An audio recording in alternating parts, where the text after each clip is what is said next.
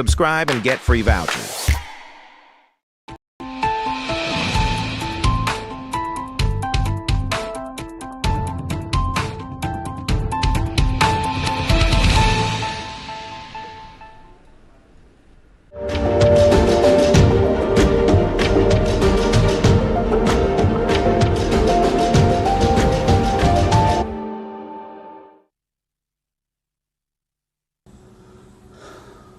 In this edition of On Point, I am joined by Bimol Akoijam, Member of Parliament from Inner Manipur. Thank you so much. Thank you, Kartikeya. For making time for the show. And let me... I've been appearing in your program so often now that I must control it now. So let me begin this conversation Okay. by asking you why law and order has suddenly deteriorated in Manipur, that the internet had to be suspended for 5 days. There are curfews in parts of the valley. What has happened in the last 5 or 7 days? See, I think there are reasons for this. One can speculate on possible reasons, which is quite likely reasons, as I see it. But before that, you should know that we've been saying that things are getting normal, violence incidences have come down and stuff like that. So when people say like this, you must understand that they don't understand the nature of the conflict. What is the nature of the conflict? You are just counting on a number of instances of violence, and then you're trying to say that it has become normal, and then hospitals are running, schools are running. Like that has been said right from the last years, it's normal. If you look at Prime Minister's own speech, things are getting normal. He keeps on saying since August last year, and more or less the same thing he said, is normal, back to normal. So first of all, you need to know this, the nature of the conflict. We don't get it if you don't think, if you see that this sudden spurt in violence is all of a sudden, you should not even use the word renewed. It's part of the same violence. But why it has sort of intensified? There could be two reasons. One thing is that the BJP says that the Manipur issues will be resolved within the 100 days. It was listed as part of the 100 days. This is the 15th of this month is going to be that one. So probably, people going there, Samit Patra had gone there, and these things have started. So I suspect that there must be a huge pressure on the BJP government there. From within the party there must be something. That's why the Chief Minister went to meet the governor twice. What transpired there people don't know, but there was speculation that he is demanding, this is a speculation in the public, nobody knows because there's no official communique on this.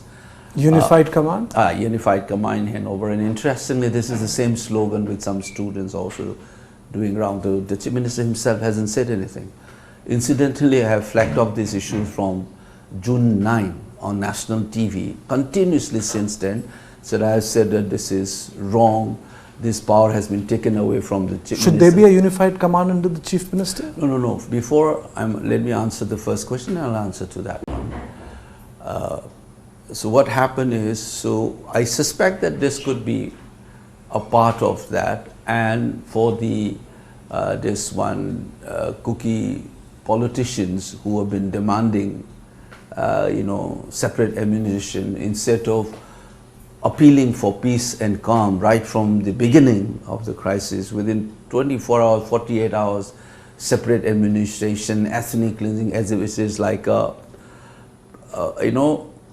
script which has already been designed. You can see, if you do an analysis of their utterances across board, intellectuals appearing on television, separate administration, and Meitei did this, that's been a consistent thing everywhere in seminars, on television. Within 48 hours on national media, this was flagged off. So for those people also, they might think, or whoever is supporting them, thinks that this is also time to move in a show of strength, attack, do the violence more, so that it becomes bargaining chips. If the Government of India is going to move in to do something within this 100 days agenda, then we must also show the strength. And that is the possible reason why there is escalation of this violence, for these two reasons. One, I am saying that BJP trying to do something because this is the 100-day they promise, and that is why the Chief Minister, who has been saying that he is in touch with the Prime Minister 24/7, he's been doing everything, suddenly decided not to meet Home Minister with whom he is in touch or party leaders, but rather go to Governor. So, all these things, and this action by the people from the hills, especially this spearheaded by, and I'm very careful when I use this one. I'm very kooky politicians who have been demanding it, and they're hanger-ons. And somebody supporting, I have said this, not today, on record you can see, when a group can launch an attack on the Meiteis, which is the largest community, there must be somebody behind them, otherwise they won't be doing it. It is quite unlikely that if it's within a minority. Who do you suspect? I have said it, the manner in which the Indian state has behaved is one. I'll just take to their doorstep that they haven't acted, but there are the elements from the international dimension who have been mobilizing a ethno-nationalist agenda, cutting across 3 countries. So all these things, and possible dimension of drug mafias and so on. So I don't want to sort of demonize the community by saying this. When I say drug mafia, there are players in the state, but there are local players. There could be international dimension. All this needs to be investigated. These are systematically, you see, these are forces, I have said many times. So your answers to this question is, I said, these are the 2 possible reasons why there is an escalation of this violence.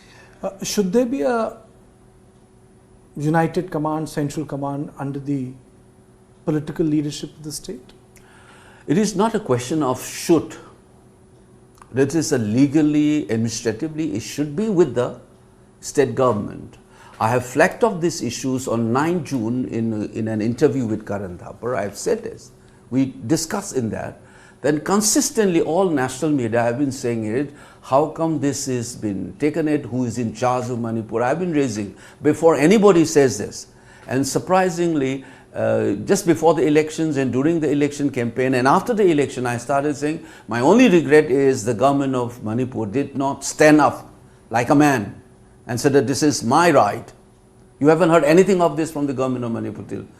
Remember that. Not a single word except for one of their MLA writing to the Home Ministry, mentioned about transferring this to the state government only recently.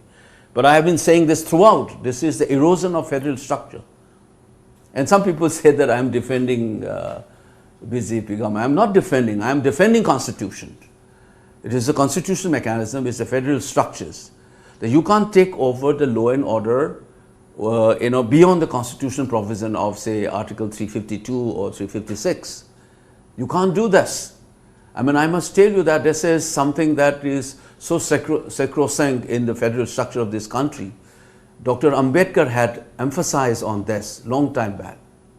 You remember, he said the sovereign and plenary authority of the state cannot be eroded on these issues, whether the central can take over law and order from the state government beyond these 2 provisions of the constitutions. And this is the issue. So I'm defending. So everybody thinks that since I'm a Meitei, and that time I wasn't even in politics, so to speak, in electoral politics. But I have said this when I joined politics also, because it is the erosion of the federal structures. But the important thing to be marked here is this state government has not even uttered a single word to date. Only recently one of them wrote, and like a Bechara kind of image, one of the cabinet ministers started saying that this was taken over by the central government only recently. So people are playing politics on this. But I am saying in your question, it is a constitutional structure. Law and order has to be with the state government, but unfortunately this state government had surrendered that one. And whenever you point out that the government of India must be responsible for this, they have been defending the government of India. Is this the reason why the protests in Imphal had that anti-center tinge? It's not now. It's been from the beginning. If you really look at the frustrations among the Meiteis, is primarily because despite, people just talk to anybody in Manipur, especially among the Meiteis. At the beginning of the crisis, many people thought that, law and order will be restored, that the army has been sent in, troops have come in, and this will be over. Since it was not over, you can see people screaming that we don't want money, we don't want clothes, we don't want house, we want gun. You can see a lot of clips like this among the Meiteis. So this particular feeling against, if you're only reading today, since you have observed and track it down, Man Ki Baat, people have destroyed radios on the street in Imphal long time back. People have burned effigies of the prime ministers and the CM and all these things that happened before. So the resentment against the center has increased over the years, over these months of this crisis, but it was there after first few weeks because they hope that the central has sent in troops will resolve the issues. Instead, the villages in the foothills, let me complete this also. Now that we have to be honest, all these contestations, hill valley that you are using is all in the valley. This is the settlement. It is the lower, part of the hills is not even properly involved. Majorly, it is the foothills and the valley around that area. So, if you think that hill-valley divide, the contestation of land is on the valley. So, things have been put in such a perspective that we don't understand it properly. So, this resentment against the government is all because of this, that you have not solved this problem, you are siding with the cookies and so on. That's a general feeling. Just as Cookie feels that the police is siding with the Meiteis. But what they don't remember is that there are police in Churachandpur, there are police in many of these Cookie areas. Those are also Manipur police. So are they siding with the Meiteis while stationed in Churachandpur? You see, but when you say that many of these areas when the attacks on Meitei villages have happened, there are central security forces, especially Assam Rifles. That is why the resentment is. So one has to look with a sense of objectivity of what has happened, what has been happening. Then only then you will understand. Do you feel that in this process, a lot of Meiteis in the valley feel that they are being demonized, seen from a prison that they are practicing ethnic national? Do you feel that there's a sense in the community being that's demonized? what I have already spoken about it many times, Kartik. And when you use the word ethnic cleansings within 24 hours to 48 hours, as some of their intellectual and politicians have done on national media, does that definition should describe the nature of the violence within 48 hours? So that is why it seems like there is already a script written. Meiteis are persecuting us and we therefore separate administration. We are separated from, cookies are not there in the valley, there is no Meitei. Continuously they have been saying it and with cahoot with some of the national media people. And then only in September they had discovered that there are cookie houses are still intact. There are cookie people are still right in the heart of Imphal. That narrative collapses. Then what happened? That is why the government comes in and they shift it out. Those cookies. Then you will say the cookies are not there in the valley, Meiteis are not there in the hills. I mean, that kind of a narrative has been going on. And then, we need, by this time, I think, if one does an objective assessment of who has said what, constantly you will see one thing. Among the Meiteis, you will see people against BJP speaking up, against the government of Manipur, right? And some asking for peace. All these voices, multiple voices are available among the Meiteis. But you haven't heard this kind of things from the other side. I have appealed before. I am saying it today through you today. Has any one of them have ever tried to calm down the situation? Like a parrot, whether it was in the seminar, whether it is in media, whether it is in international platform, Meiteis have done this, Meiteis have done this, and hence separate administration. Separate administration is not a product of this violence. It was there for years. People have been demanding it. So this is where you have created this. I don't focus on them so much because this is a political problem in that sense, because there is a political assertions of a separate administration, and they are using violence. And I have even said this is 3rd of May is like the 16th of August, the direct action day of Muslim League demanding for homeland. I have said this, not now, before. All these things must be investigated. And I don't deny that there could be game plans using some elements within Meiteis to create these problems. And that is why I have consistently pointed out to the Government of India, before I joined electoral politics, I have been saying Government of India, right from the beginning. Are you distinguishing between the so-called hardline Kuki leadership and Kuki population at large? See, there are Kukis who have lived there as a citizens. They are legitimate Indian citizens, and I have friends, my students who feel attached to the land. Those voices have disappeared. Okay. And that is why I said, but see, instead of demonizing the community, that's why in my speech, I think it was July, my first public speech. Have those voices been silenced? Yeah, I think so. Otherwise, they would have come up. They would have come up. Because this is a very concerted effort. And unfortunately, we don't have a capable government to deal with it. Politically, militarily, in terms of law and order, they can't deal with it. They have left it to the citizens. And I suspect that even this is a part of the ploy. You make the people hate each other and fight so much that you divide them and you say that this is the condition, you hate each other so much, what can we do? Let's negotiate and do something. You have brought to that extent. That is why it lingers for so long. Bimol, a lot of people, a lot of experts who have come to my show say that drug trafficking, drugs are an integral part of this problem. Do you think that some sort of an audit is required, or a deeper study in public, data? Yeah, it has to be investigated, but the problem is there are big players are involved. According to whoever is talking about these drugs. And that is, some people suspect that is why this problem has not ended. You also tweeted in context of my interview, I'm changing the subject. Okay. When I had interviewed former DG Assam Rifle, you wrote a long tweet. So my question to you after going through that tweet, and you had also written a letter to Home Minister Amit Shah, to which I'll come a little later, because it's a bigger one, it touches many issues.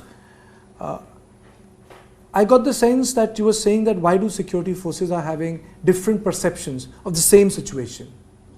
You know, that is part of the same aspect of the Indian government I told you. If you have something called unified headquarters, where you have the representative of the Assam Rifles, the BSF, the CRPF, the army, the police and intelligence, all of them, they have a body called unified headquarters to coordinate these different state agencies to deal with, according to their mandate, law and order and security related. So security and law and order. Both are mentioned in their paper, official mandate. Now what happened is, Assam Rifles speak something, police speak something, sometimes they confront, the images came. The classic is that interview in your channel. He said about I took that interview, yeah. You see that the September 1 incident, he said something and Manipur police said something. So are they speaking in the same language? That's a failure of the coordination. It is an indication of that one. Again, the vested interest will say, oh, Bimol is a Meitei, therefore he doesn't agree with the Assam Rifles. So they want to buy their theory. I'm not pointing out who's true or who's false. They don't even have that mind, many of these people. Check in my X account. They were consistently for more than 1.5 years they have been trolling. Now there's some Meiteis have joined also, especially because I started attacking my babs. You understand that? So look at it, they said, you know, Bimol is a Meitei, therefore he doesn't buy Janet Nayar's narrative because he's a liar, he's a Meitei. You know, that's kind of a language. Many of them have done. One of my colleagues in JNU, who happens to be Manipuri, said something, and they said it is said by me. And openly they said, this is that something that, you know, I have kept quiet for a long time because this has come to this situation. They must know I was hinting at this collapse of coordination, not on question of whether Assam Rifle is true or Manipur Police is true. Fundamentally in my X account, if you've seen that post, I was hinting at the lack of, my word is sheer lack of coordination. They don't speak in one language. But for this communalized mindset, they said, oh, he doesn't agree with because he is a Meitei. Oh, he doesn't mention cookie, therefore he is bored by the cookies. That's what some of the Meiteis are telling me now. Because this communalism is exactly what those people who want to destroy Manipur want to groom and nurture, so that people fight among themselves only to achieve that political end. They can't live together. And then therefore, the kind of language is being used. This is why my saddest part is, that's why I wrote finally to the Government of India, to the Home Minister. I wrote that letter precisely because there is no denial that this painful game has cost us in terms of precious human lives. And when I say 60,000, I mean, I'm sure whether these cookies who thinks I am Meitei and those Meiteis who think, I don't mention cookies. I'm just avoiding to aggravate this split. But I will call out, I have already said, these cookie elites and their politicians and their, politics of divisive politics which seeks to split Manipur. I'm against that right from the beginning, if you remember. I have been saying this, but I've never demonized the community as a whole. And I have appealed to the people in my speech in Jantar Mantar in July last year, said do not demonize the entire community. That is my position. Let me add one more thing. But as I said, today if you see that I'm taking a Meitei position, this is nothing like a Meitei position. I am for a united Manipur. I have said this many times. And if you keep on abusing my own community, don't expect me to keep quiet. This is something that I have said in national media as well before. Okay. In your letter to the Home Minister, you write, investigate reports of the units of security agencies and force acting in partisan manner during the ongoing crisis and take steps to address trust deficits and ensure accountability if the allegations are found to be true. Keeping this in mind, these 3 lines, what was your contention in context of Mr. Nair's interview? Among all the security forces and security agencies of the state as an institution, Assam Rifles and Manipur Police suffers the most. There are trust deficit among people. And I have been saying this, not now. You check all my interviews or public speeches. This trust deficit is not good because they are, after all, state agencies and institutions. They must be doing something to deal with this perception that people think that one is siding with that one. In your deeds and your speech, they must be trying to deal with us. Unfortunately, the leaders who are leading these 2 organizations have failed themselves. They have fallen into the trap. And I even found some regular armies releasing videos trying to portray Maira Paibis as something, and it's something which is completely avoidable when you're dealing with your own citizens, conflict among your own citizens. If you take it that way, you would have been far more responsible and then present yourself. Former DG said, when I interviewed him, he said that they interfered in the operational. No, this is why everybody, there is a reason for that. I said that is why. While you are dealing with, even when the counterinsurgency happens by the US Marines in Afghanistan or in the Gulf, there were instructions. You are dealing with civilians. It's part of a tough job. You just can't brand them. That is why you should, if you are entering not a pure war, because when you're dealing with your own citizens, there's the way the police officers will deal with the civilians. Cool down, try to reason them out, try to understand why they are doing like this. Instead, in the binary fashion, Meiteis did this, and that particular kind of position of the armed forces is exploited by those cookie politicians by saying that, look at this, Meitei women are like this, like that. You're just demonizing, you are helping, and then army officers should have known right from that beginning moment, then if we do this, it will lead to the demonization of the people. In this a conflict between communities. That's a completely irresponsible act. That's why I said, as a state, what am I supposed to do?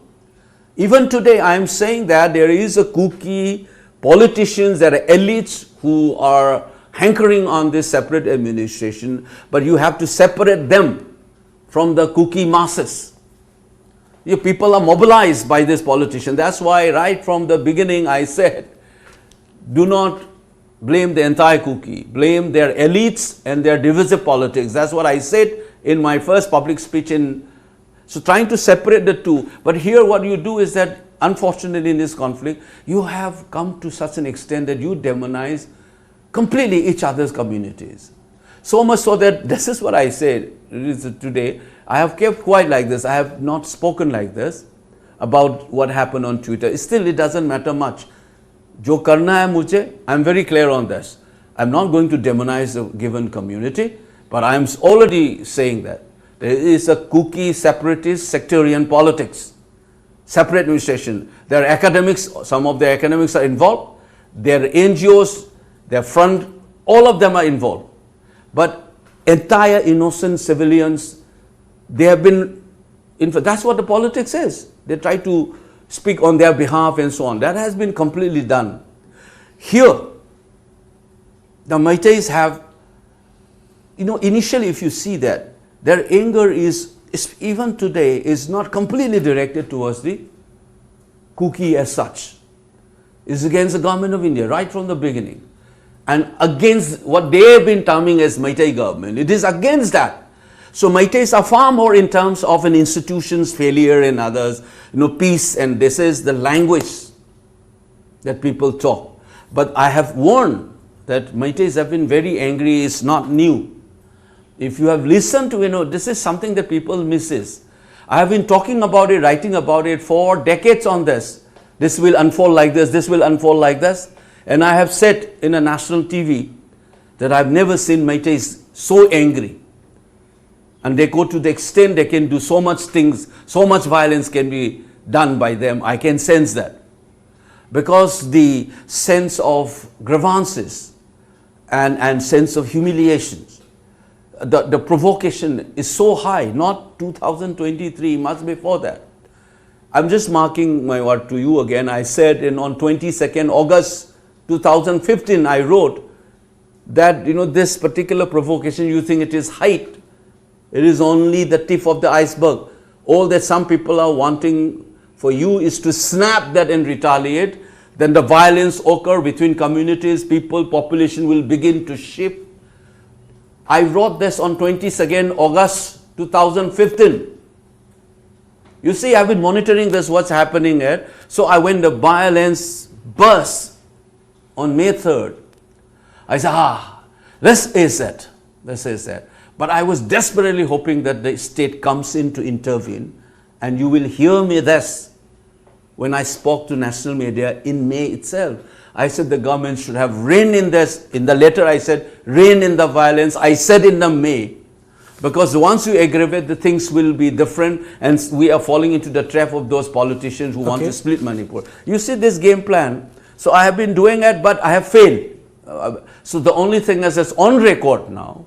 If anybody read this letter and whatever I've said, they can connect the dots. So I have said that one. Fair enough. That's the letter. There is an assessment. There is an hindsight. But do you think any drastic change in context of security, deployment, political architecture, or political security architecture required in Manipur? Drastic I think it's already there. Only thing is that the Government of India must, I think the national media must turn their eyes. It's like the Europeans who are watching Hindu-Muslim conflict in a distant land. I think national media and our national leaders should not look at Manipur's issues like this. It's not the Europeans and Americans are looking at Hutus and Tutsis fighting in Rwanda. You see, understand what I'm saying it. That mindset. You should not be looking at it like this. You should be looking at it as your own citizens. And it is our responsibility. I have seen this kind of a mindset. Thankfully, my friend Yogendra Yadav once wrote during 2001, he used me as a prop in his article. And he said, you know, the Delhi's outlook, you can almost call the so-called mainline or mainstream outlook is, it is their problem and we are trying to solve. It is we versus they. It is their problem. Like it is the African Hutus and Tutsis are fighting. So Kukis and Meiteis are fighting. You know, and we should solve. And some of them started saying that, including, unfortunately, this general said, ultimate solution lies with the people. Instead of saying political executive, which is normally what, whenever I talk to any other officers, they said, you know, Bimolji, at the end it is a political executive, they should have a political solutions. We can only control and then bring down the violence. But instead of saying people, so is the problem with the people or with the governance, with the state structure, then why do we have a state? Okay. You spoke By the way, Kartikeya, you should also mark one word. Consistently, some people started saying in Manipur, I have been warning that this is not a good sign. And I can understand that feeling. You take away all these armed troops of the center, leave us alone. Yeah. Remember this. As a denizen of that place, that feeling I can understand. You live alone, we will handle it ourselves. Remember that Manipur is not popped up today or yesterday. It is a historically evolved. It has seen wars. It has seen tremendous atrocities on the populations. Shahi Tarit Khuntako, we call it 7 years devastations by the Burmese. Incidentally, this violence is happening right as we are marking that 200 year of that atrocities. So if you have that in your blood, they will ultimately say, "Aap chale jaiye, we'll handle it ourselves." That feeling has come up now, and I think it's not a good sign. This is not a good sign. That is what I am trying to warn. ये Assam rifle को लेके इतनी नाराजगी क्यों है? मतलब what is the issue? कौन? In the valley, हाँ. What is the issue? Is it the structure? Is it the deployment? Yo, fundamentally, I think. So what's the broad picture? See, let's not get into small incidents. What's the big I'm picture? saying in the broader, this is reading from what the anthropologists will normally do, national character. I said, when you hear this voice from the Meitei is that, no, take away all the central forces, let us handle it. Remember that this is a state with long historical experiences of defending themselves. And that is what the regret is. So we are part of India. Why is that the Indian state is allowing people to attack us and have a free run? That's a narrative. Force, whether they have been given a free run or not, all the empirical seems to suggest that. But I think this is where I said state should come in. Deal with it. I have been saying it from the beginning. I'm saying it, I can take, though you could be rivals with these old medias. My first interview on national media in May, I said the government should have reined in. That's what I was saying. Meiteis are very angry. I know once the violence sparked, things will go so bad. But, you know, so far, a lot of multi-layer politics have been involved. That's why things get complicated. The only thing that all of us, if you want to resolve, have a larger view, the number one is the government of India. Because we know that this has failed. Otherwise, this violence would not have lingered. You in your letter has also, which is the 9th point, review existing policies and measures with armed groups, particularly the controversial suspension of operations, SU, with Kuki armed groups in the state, to ensure that such measures do not become a breeding ground for violence and illegal activity.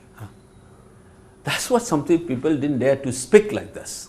When you have a SU, for instance, you know, it was signed in 2005, 2008, and renewed it, and the number of these things have increased. The group number have increased over the years. And this is okay. They are playing politics. You know, BJP, Congress, and the BJP government has increased the number of people who come under the SU when they took over power as well. You understand what I'm saying is that. While the SU is still in existence, everybody in Manipur knows, every official knows that there are takes being extracted from the truck driver, from the bus wala. And many of these groups, if they are not involved, then who are those people who stop the trucks and the buses on the highway? That's what I said. In the name of SU or suspension of operation and ceasefire, you normalize an illegal tax collected by these elements. And then you crack down, you say, वो तो SU का part नहीं है. तो कौन है वो लोग? आपका पुलिस का चौकी के बगल में या आर्मी का जो कंपनी का बगल में टैक्स कलेक्ट करोगे. This has been normalized. Ask any damn officers, any visitors, any common people. This has been happening throughout the year. So this is normalization of what is essentially abnormal, illegal activities. That's what I said. You seriously review these provisions so that it doesn't become a breeding ground for violence and illegal activities.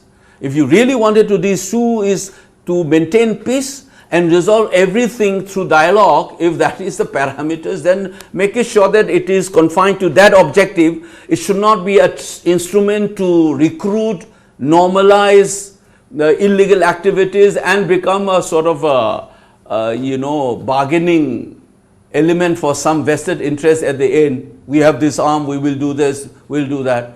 So the Government of India has been doing this. That's why I said, you renew this. Do not do this game anymore. These things have been happening. Your officers knows it, common people knows it, journalists know it, bureaucrat knows it, everybody knows it. Collection of these illegal activities have been going on. And if they are not part of the SU, who are those people? Everywhere you have police choki, then company, this company from the central forces. Manipur is, if you mapped out through GI karke na, aap map karoge, it is such a small state, mein itna forces kyun hai pehle se? That is what I have flagged off even in parliament, is one of the most militarized reasons in this country. And we are happy in Delhi, democracy, republic. But there are certain spaces where we almost, if I draw parallels, then you will get shocked. I have said this before, I have written about it in fact. They think it is a rhetoric. No, it is an assessment. Right or wrongly, please tell me if it is wrong. It's a mindset. It is so militarized, yet all these illegal activities have been normalized. Everybody knows. So who is going to correct them? You have a peculiar state. Indian state you see in Mumbai, Delhi, is not the same as you see in Northeast, particularly in Manipur. I have been drawing this parallel, you think in terms of militarization, it could be like Okinawa. I've said this. Cebu. Are you trying to turn Northeast into that one? And we are a citizen of this country. I am a member of this temple of democracy, elected by the citizen of India from a particular constituency. But do my voice matter? That's what I'm saying. I'm only 2 or 3 of us from that small state. A few lakhs in 1.4 billion. Do you want us to live with this sense of insignificance? That you are insignificant, you are marginal, you are peripheral? I refuse to that. I'll find my own centers. I am a citizen of this country. I am a member of parliament. I've served this country in the university system for 30 years. What should be done? That is what I said. Shake. I have given all the 10 points, steps to be taken up. It is against no other community. It is for the state to revamp the legitimacy of the Indian state. People are questioning it because of the faulty policies. And then this 16 months is a classic example of that one. People think it's a joke when I said that this kind of thing has never happened in post-colonial Indian state. They think it is only words. It's a pain, the trauma that one is going through. And it is constantly reminding you. And why do I accept to give you interviews? Because I think by not acting on the ground to resolve the problem, they are trying to create a frustrations and people like me to keep shut my mouth. You understand? Frustration se aake na bolne ka kya fayda hai kind of thing. That's what they are trying to do. That's why I'm just reminding this rest of the country who's watching me and listening to your program. It's not the Government of India. I think I am just waiting for important civil society groups in the rest of the country stood up and say that we are not watching like the Europeans watch Hutus and Tutsis slaughtering each other. We are not Europeans. We are not white men looking over some other African country or Asian countries. That's what when I said Manipur is a part of India. It's a 19th state of the Union. It's not words, it's a fact. And rest of the country must stand up.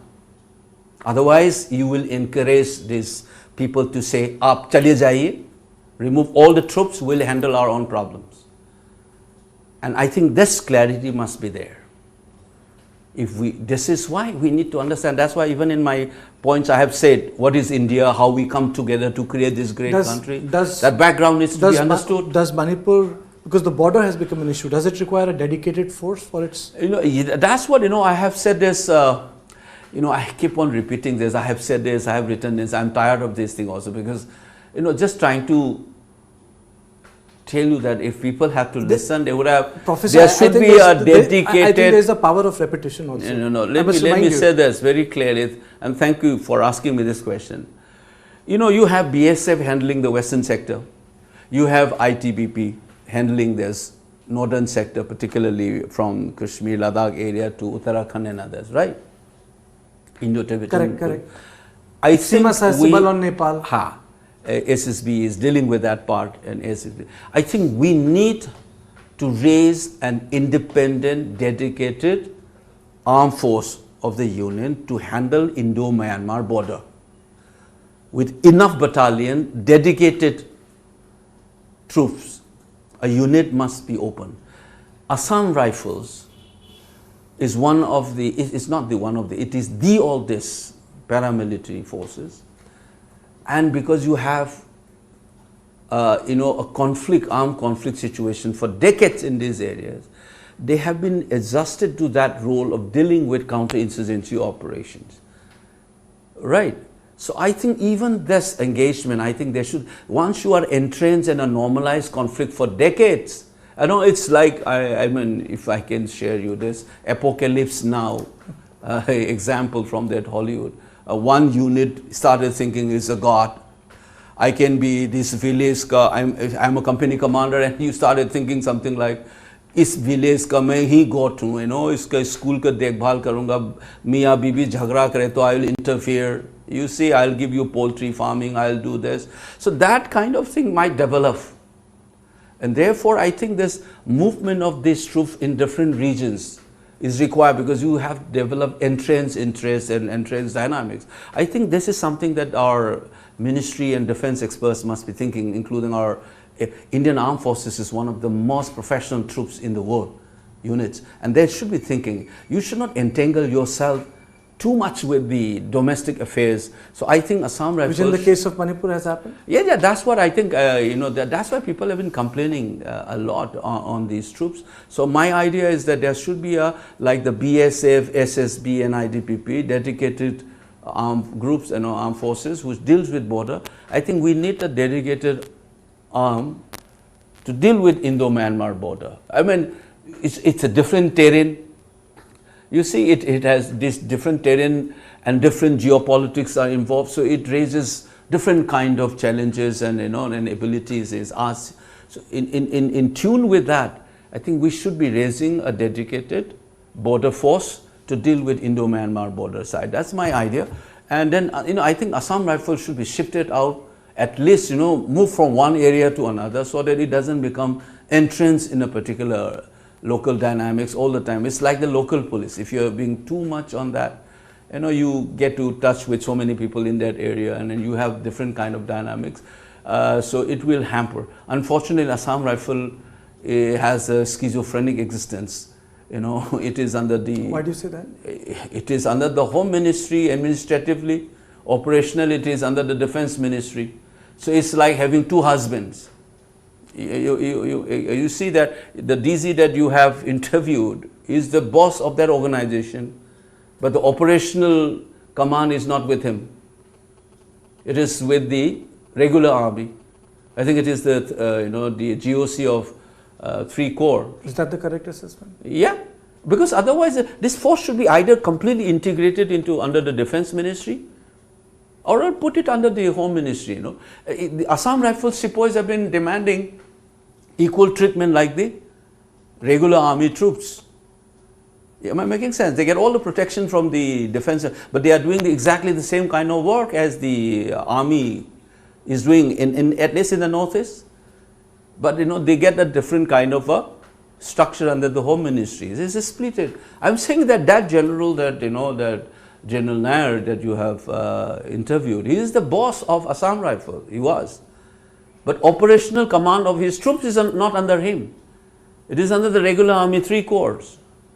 So this Assam Rifle has that unique existence. It's almost like a schizophrenic. I said, 2 different structures. I think it should be integrated either into the Home Ministry or the Defense and deal it accordingly. That would be better. And I think my opinion is that they should be shifted out once a while regularly, so that they don't get entrenched in the local dynamics all the time. I think that should be a serious thought should be given to this by the central government. These 2 proposals. And before I close this interview, there's a complete lack of space between I have noticed, elected representatives. There's a split on the ethnic lines. This is something which I find very unique and disturbing at the same time. You are an elected member of the parliament. You are another colleague who has been elected as a Naga. I mean, so if 2 people from different communities can get and come and sit in the house, why can't people from different communities who are elected, participated in the democratic process of this country, can sit together? Kartikeya, again the same repetition. Not People possible. ask me, what should the road ahead? I said the Prime Minister should call all his MLAs, sit down and talk it. Because of you guys fighting, my citizens, my people in Manipur are suffering. If the Prime Minister has spoken out like this and acted, this problem would not have happened. So that you must inquire why the Government of India has not acted in this fashion for the last 16 months. And now that people are saying, the CM himself said, power chin liya usse. People like me has flagged off since June last year. And people say, unnecessarily you are defending a government, he's a Meitei, therefore he's defending. I'm not. I'm saying I'm defending Constitution. Correct. And I have given them that law and order is that subject in the Constituent Assembly. Ambedkar said it very clearly, the sovereign plenary authority of the states should not be eroded. And I mean, if I can supplement, this is a fact. Article 257A was repealed precisely on this ground, that the authority of the state to maintain law and order cannot be taken over by the central government. Ambedkar maintained that in the Constituent Assembly, and that debate continues in the 70s, and this Article 257A was repealed on the same ground. It was good. Many lawyers said it was a good, because it was disturbing, eroding the federal structures. And now there is no constitution provision, yet this government flexes its muscle. And I reminded in Karan Thapa's interview, I said, today it may be Manipur, this erosion of federal structure can happen with anybody else, when you have too powerful central legislature. So it is harmful for constitutional mechanisms, the structure of this country. I'm not talking like a Meitei that time. You see, when I talk like this, I'm saying I'm defending the constitutional structure. And that is why this kind of unconstitutional structures not being responsible to the crisis in your own country, that is what the Prime Minister is doing. I mean, it pains. And their party members started saying that you think that Manipur is more important than Ukraine, you don't understand India's interest. Ulta humko abhi accuse karne laga. When I said that Ukraine mein peace appeal karne gayi hai, अपना खुद के state में नहीं गए, when I said, like some people, this is hurtful. I said, damn it, Manipur is more important than Ukraine. This is India's interest. There is a national issue. This is a security dimension of an international kind. And if you think that it is Rwanda and Ukraine is Europe, hence it is more important, that attitude, whether the foreign ministers, whether the home minister, this government of India will go down in history, the manner in which they have handled this crisis. This will be a blot in the history of India. And that this government, I said, past is past. That's why I wrote. जो हो गया, कम से कम जो मैंने लिखा है विदास, I I honestly believe they should act. Okay. Otherwise, people like me also, will be in the positions where you will regret. Okay. I think this is what the people of Manipur, I am representing my constituency, my people. Okay. I said Government of India will regret for what you have done to this beautiful state. Such a state, I have given a series of contribution by that state, right from the then Maharaja's deeds and speeches to the present generations. And if this is the kind of treatment that you meted out to that state, that pain you think it's only a speaking, and it is one MP who seems to be feeling so hard kind of thing. It's not. Look at the people screaming on the street for the last 2-3 days, from children to women to older people. I mean, we have crossed every limit now. This is now or never. Government of India must act on my suggestion. I hope that they do. I think everyone should act together. I think everyone should come together. And I would like to say thank you to you once again. Thank you. Bimol. Hey, careful, huh? My daddy got it from abroad. Hey, disaster! How will you pay for the loss now? In stock market, you should take risk as per your capacity and knowledge. Trade in options very carefully. Wow, Dikra! Absolutely perfect. Take risk with full understanding.